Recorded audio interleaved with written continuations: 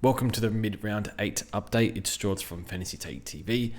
It is Saturday night, so I'm recording this after I think 5 games have played, so a bit after mid-round, I guess. But yeah, we'll touch on how the team's travelling. We'll see how others in the leagues are going, and par and whatnot. And we'll go through some of the games on fan footy. A few high scores, a few low scores from a few guys here. Like, I didn't have Sicily. A bit disappointing. We'll touch on him. Finally got some relief from not owning Chandler, but yeah, the damage has been well and truly done by now. And touch on a few other things. So I think the team's actually quite good. For this video, I'll definitely calm down after losing my shit the other day with Sam Sturt. Sometimes I don't think before I hit record, but such is the mood sometimes when your Supercoach team goes up and down. But yeah, team's actually going quite well this week. It's a shame about the bench and the cash gen, but that'll start hurting, I think. I think next week we can upgrade, and the week after we have to wait a week, and then we can upgrade the week after that, all going well if we get downgrades. But looks like we'll get maybe a Whittle, hopefully. We'll touch on the Hawthorn game, because I think they've got to make changes to their defence, and hopefully Whittle isn't a casualty there. But regardless, we're travelling okay. Projected 24-21. Captain Oliver, we vice-captain Taranto, so that's fine. 136, can't complain. I mean, Bonton would have been nice, but can't win them all. Had a good one last week with Marshall, so I'm very happy with Oliver. All the premiums are quite good. I think the rookies held up. Like Sam Simpson, we fielded over Wilmot. 66 is fine, had a poor second half. Seamus Mitchell, 54. I'm not upset at 54s from your worst rookie spot, although that might be Ashcroft at the moment. Do we trade Ashcroft? Do we hold him? Yeah, it was really disappointing, because you just hoped he spat out 270s and he would have made 35, 40k or something. So, not to be. It has the next to the Gabba, so you could hold, but if it gets you up to a premium, then I guess you could trade. But yeah, I think the team's quite happy with it. I think Laird's still playing a bit sore. Probably, I'm not too sure, but where does he play next week? Saints at home. That should be okay matchup. Saints like to give up possession and then defend really hard, so I think that's okay. So hopefully a big one. Plays on the Sunday, so gets the extra day break, so I think that'll benefit him. So hopefully he's still all good. We'll check on some of the leagues before we get into the games. This is the Regs League, as I think I've said before, so mostly 2019 people from the Discord. A few big ones, 24 here. JD's on for a good one, 24. Another 24. I think that's Locke. He's ranked top 30, I think. So another big one for him. Another 24 there. Yeah, a lot of quite really good scores in the Discord, actually. So I thought I was probably above, but maybe not. A few people also looping your Marshall with the Madden. So I think another good week for the Discord, hopefully. I think we still have a few Shrek owners who's a bit disappointing. But yeah, we all have Bond, we all have I don't know, Bond. A lot of us have Dawson too, so that always helps. We'll get into some of the games. Oh yeah, probably trades quickly. What I'm thinking for, or same on the video, but I think it's maybe Roberts to Weddle and then Ashcroft up. We should have enough money, and then yeah, let Wilmot and Van Rooyen hopefully make a bit more money. Although Van Rooyen might be suspended, so that would be bad. So we'll touch on West Coast first. Richmond, just quickly. Now, I watched a bit of the game in the first quarter, but then I switched to the Crom, I think. It was inappropriate just to get rid of it. Can we do dark mode in this? Maybe that's better. Yeah, so touch on some scores. So Taranto, another 30 and 2 goals, so very solid for us. Kind of probably more your safe fallback captain than your VC, I guess. But yeah, still behind a few. But I think he's top 5 mid if he was mid only at the moment. So he's been great. Baker played more defense. Short played a bit of midfield, so I don't think you can go either of those two, but that's what I saw early. Samson Ryan, only the 8 touches, but yeah, I think he had 14 or 15 hit-outs to advantage. A lot of them on Waterman as well, which was annoying when I switched over, but yeah, just annoying miss, but yeah, good. Was a good pick and was much better than Van Rooyen. I think Solo's back next week, so yeah, took a bit of that. Definitely helped Samson this game. So nothing too much to note from here. I guess Shea Bolton 150. Like who cares on West Coast? I think Oscar Allen, he's fine. I think was it a knee or something? I can't remember. Not much relevance here.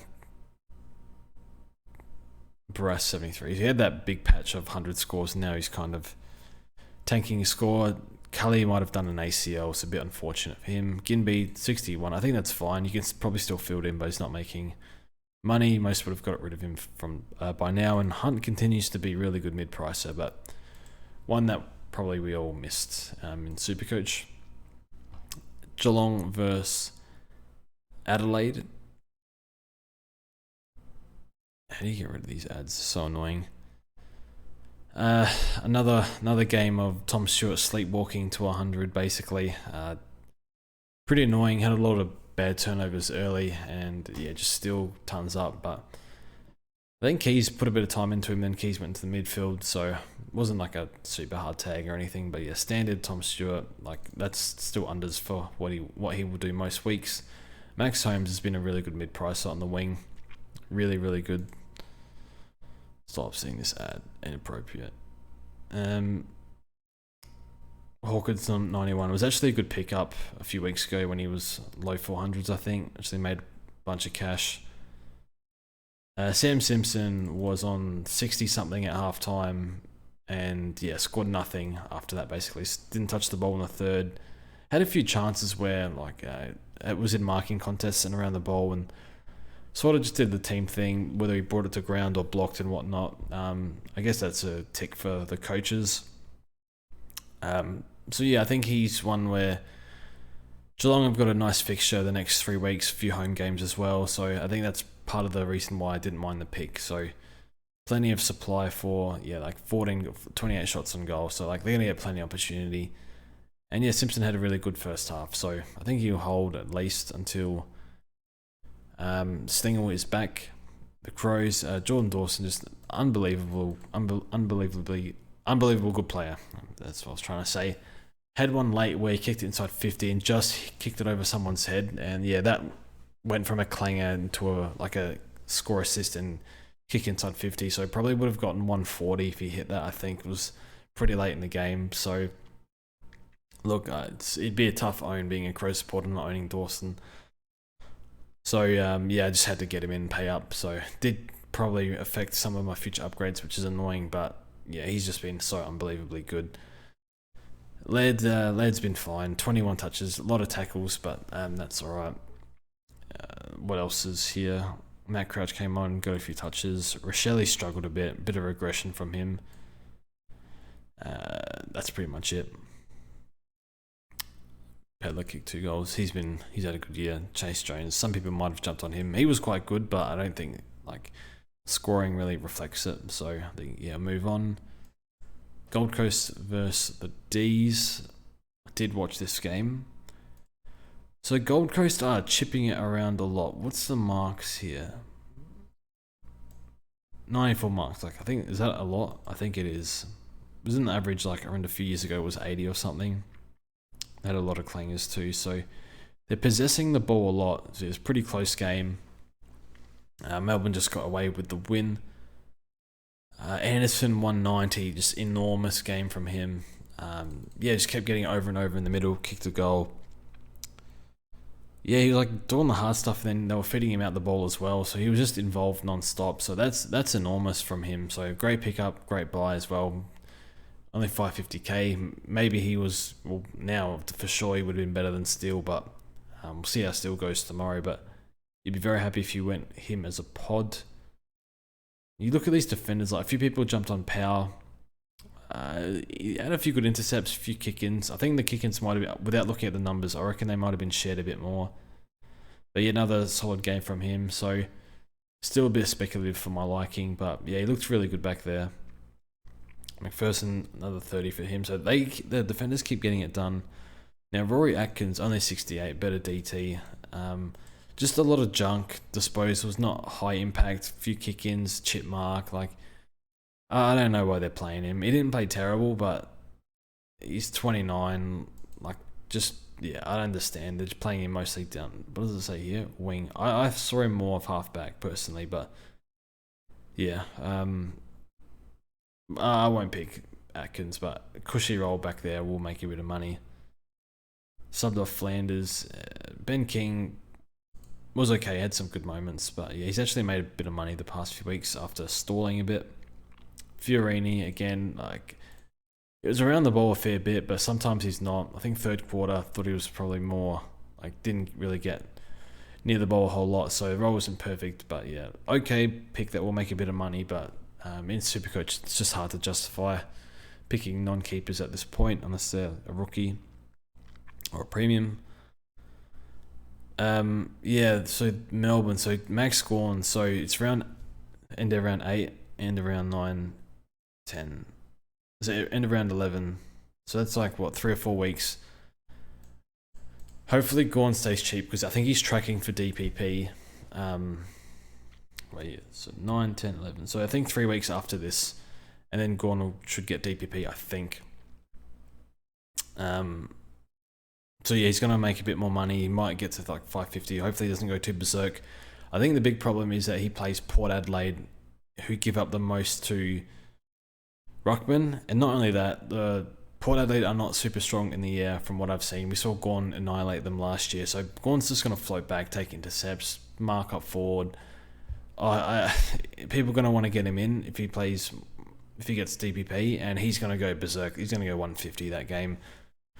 So might have to pay up for him, but yeah, Darcy Cameron also be there when he comes back for 500. But I definitely prefer Max.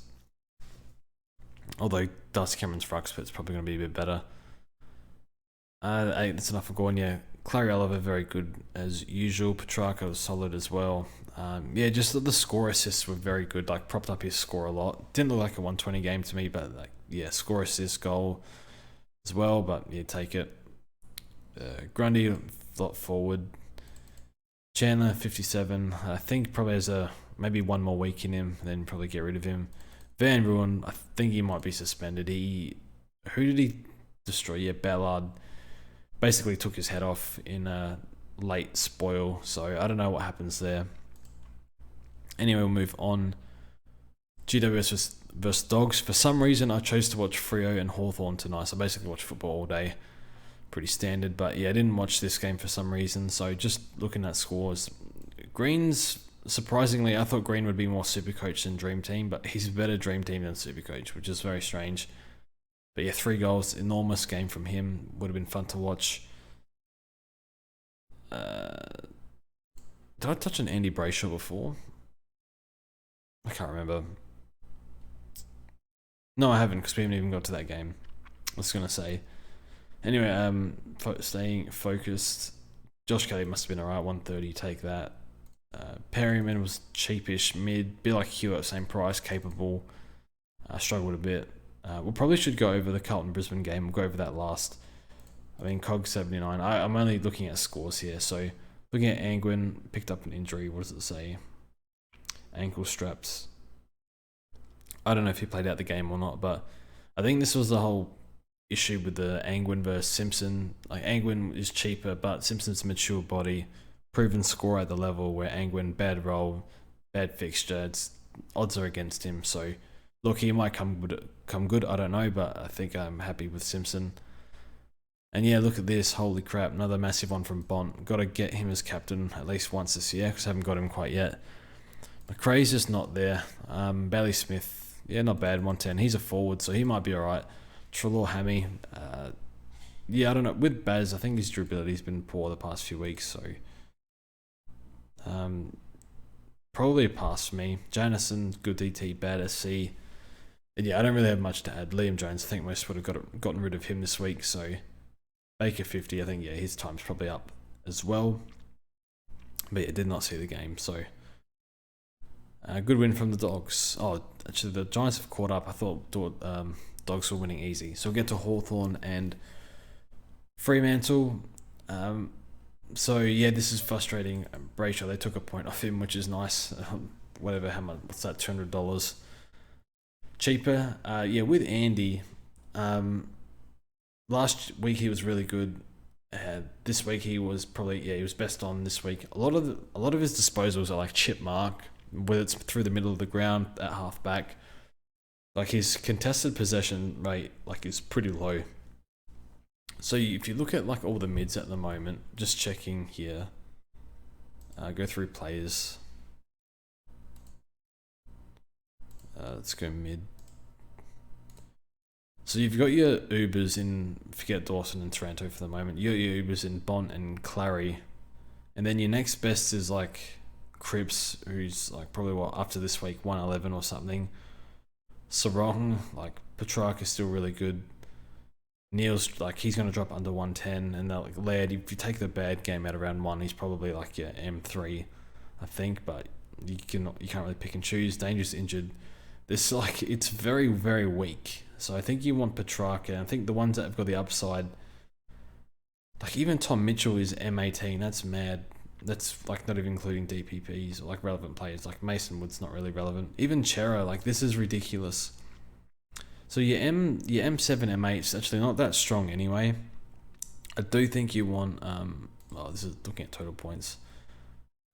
Oh yeah, so you got like Walsh as well. So Libba, probably don't touch Libba, a bit older, but yeah, he's playing really well. So I think the players you want, it's probably like, I think you can get away with like a Steele and a Brayshaw, maybe even a Mills, depending on how he goes. To finish out your midfield, I don't think you lose too much if you just take the value. I think ideally, I still think you probably want a Zach Merritt. I think with his fixture coming up, I think he'll be top 5 for the rest of the year. From about 2 weeks onwards. So I would like him, but I sort of have to take the value in Brayshaw. So I'll probably bring in Brayshaw this week, but we'll see. It'll be him or Callum Mills. So we'll see how Mills goes next week. Ryan just keeps getting it done. Jackson had a really good game. Darcy, limited preseason during the week. So I think you just, monitor if he has full week this week, but still been very good. And regression game was probably due for him. Like English had one last week. That's probably about it. So hopefully Johnson comes back in. Erasmus didn't do a whole lot. Like he was okay. Oh, he scored 85 DT. So he was okay. Nothing spectacular. Now the Hawthorn Football Club. So looking at Hawthorn, probably the main one here is Sicily and Weddle. Sicily, he just looks frustrated. Like first thing that happens, gives away a 50 in front of goal. It's just, I think he's not a key position defender. Like he shouldn't be marking players over 195 centimeters because he's 190 centimeters, and in his best under Alistair Clarkson, he was a third tall intercepting defender. He should be playing a Tom Stewart role, but no, he's playing key position role where like, sometimes he rotates onto the key forward, sometimes he plays it loose, but he needs to be like Tom Stewart all the time. Like you never see Stewart play on anyone over 195. I don't know if, and also like they're losing his captain, he's 28, like they're far away from finals. Like he's frustrated out there, you can see it. I think Eno brought it up when I did a video with him the other day. I can't remember if it was the podcast or the team sheets video, but I still think he'll be fine and bounce back, but you can see that it's just, he's frustrated out there and it's affecting him because he didn't quite have this floor. So if they start bringing key defenders, I think he'll be a bit better. But he's also quite happy to let Hardwick and even Seamus Mitchell just take kick-ins. Like whoever wants to kick in, take it. They're well down, unfortunately. But yeah, I think he'll bounce back. I think he scored like 120, 130 last week. Seamus Mitchell was just, he was okay. He had a bad turnover at the end, but hopefully he holds his spot. And I think Weddle will hold. I think they need to put games into him. He played okay. I probably go a bit more in depth in the video on him, but I liked what I saw. But I think the issue with Hawthorn is they need to fix up their key position like setup. They need like Frost and Sicily back there. Like they just, it's just tough out there. When I think they should have been playing DB, the Denver Granger Barras by now, or maybe Blank if he's good enough. I don't know, but maybe they're just not good enough at the level. So too many flankers and not enough actual defenders that, lock down and shut down and whatnot. So yeah, I think they need to drop a flanker. They got CJ to come in. So I don't really know what that looks like. So We'll see what the team sheets look like next week, but I think Weatherwoods is clearly the best rookie, and he might not even be that good, but yeah, I'll go a bit more in depth on him eventually in the video, I think. But yeah, I think mostly positive signs. And then you just touch on Carlton. Doherty, like, complete role change to midfield from what I saw. Switched back in Q4. Okay, I didn't watch quarter 4. Yeah, so he started to come good again. Still, like, do you want him for 500 odd K? I think it's fine. I think he mostly scored in the midfield though. That's, yeah, because when early in the year he wasn't scoring that well down back. Apart from that one game where he had, what was it, nearly 40 touches. So kicked a goal as well. So yeah, he played a bit of half forward. I don't know. We'll talk about that in the podcast. Hewitt, if you might have jumped on, I think there's too many names. In hindsight, probably not even good to mention him. He was quite cheap, but I think, yeah, Chera, Doherty, Walsh, Cripps. They're playing Ed Kerno a little bit, not on ball, but around the ball a little bit. And then, yeah, Kennedy comes on, plays mid. Just too many names to take points. And right now, the worst one is George Hewitt, I guess. Probably Kennedy as well, because not making the team. But I think, yeah, Hewitt was ahead of Chera, whereas Chera's leaked him in the past month. So I think one where you flip in the buy hopefully makes a bit of money till then. Hollands had lots of turnovers. Chincotta was very good, so he's one. I'm just straight fielding him for the next until the end of the buy round. So I think he did enough to hold his spot. And yeah, Dunkley was outstanding, probably his best performance in a fair while, definitely for the Lions. Neil, very disappointing. I don't know. I think they were playing Hewitt a bit on him, was manning him a little bit. With Neil, I think he's still a good pickup, but he needs to be like quite cheap, like 540-ish, and then I'd happily pick him after the buy. Again, with 30-year-olds, regression is always a possibility. So if players start performing bad, you can question whether it's just age or regression and whatnot. Might even be seeing that with Laird, playing a bit sore at the moment, but hopefully he comes good. And then, yeah, Ashcroft, shocking game from him. Turnovers early, whatnot. Just couldn't get involved. Must have got a bit of junk late. So, yeah, we'll talk about that. And yeah, McKenna, very disappointing. Even Wilmot, I was hoping he played back a little bit, but probably not. And Coleman did a hamstring, but I think it's just awareness. Or I think they said cramp. So, you know, if you're expecting Coleman to go out, maybe that means more points for Wilmot or McKenna. Probably not, because apparently it was just cramp. So that's it from me. Hopefully you're having a good week.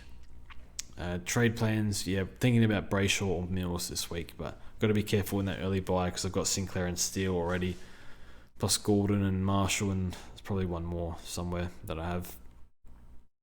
Or maybe that's it.